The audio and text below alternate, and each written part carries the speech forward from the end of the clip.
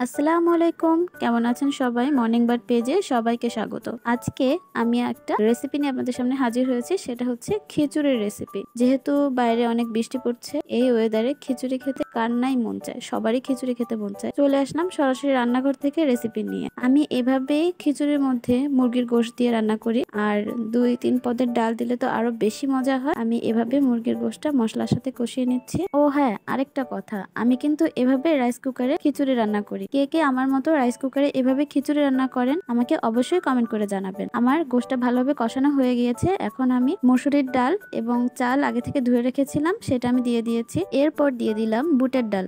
বুটের ডালটা আমি আগে থেকে সেদ্ধ করে রেখেছিলাম, যার কারণে আমার বুটের ডালটা সেদ্ধ করার কোনো ঝামেলা নেই। আমি একবারে সেদ্ধ হওয়ার পানিটা দিয়ে দিলাম। এটা হচ্ছে রাঁধুনি বিরিয়ানি মিক্স। আমি একটু বিরিয়ানির মশলা দিয়ে দিলাম যেন ফ্লেভারটা একটু ভালো আসে। মানে খাবো খিচুড়ি কিন্তু মনে হবে আমি বিরিয়ানি খাই, যার কারণে আমি বিরিয়ানির এই মশলাটা দিয়ে দিলাম। এই মশলাটা দেওয়ার পরে কি বলবো ভাইরে ভাই, এত সুন্দর সুবাস বের হয়েছে, মনে হচ্ছে আমি বিরিয়ানি রান্না করছি। রাস্তা থেকে যেই যাবে বলবে যে এই বাসায় নিশ্চয়ই বিরিয়ানি রান্না করা হচ্ছে, কিন্তু আমি তো রান্না করছি খিচুড়ি। এবার আমি আবার ঢাকনা উঠিয়ে আরেকবার একটু নাড়াচাড়া করিয়ে দিলাম, যেহেতু ডাল রয়েছে ভিতরে, তলা লেগে যাওয়ার সম্ভাবনা। এই যে আমার হয়ে গিয়েছে একেবারে ঝরঝরে ভুনা খিচুড়ি। ও আমি এখানে 2 পদের ডাল ইউজ করলাম, তা তো আপনারা দেখলেন, মসুর ডাল এবং হচ্ছে বুটের ডাল। আপনারা চাইলে আরো ডাল এর সাথে অ্যাড করলে আরো বেশি মজা হবে। আমার এই শর্টকাটে খিচুড়ি রান্না করা সবার কাছে কেমন লেগেছে অবশ্যই কমেন্ট করে জানাবেন। আর সবাই প্লিজ আমার পেজটার পাশে থাকবেন। নতুন আবার কোনো একটা ভিডিওতে দেখা হবে, সে পর্যন্ত সবাই ভালো থাকবেন। আল্লাহ হাফেজ।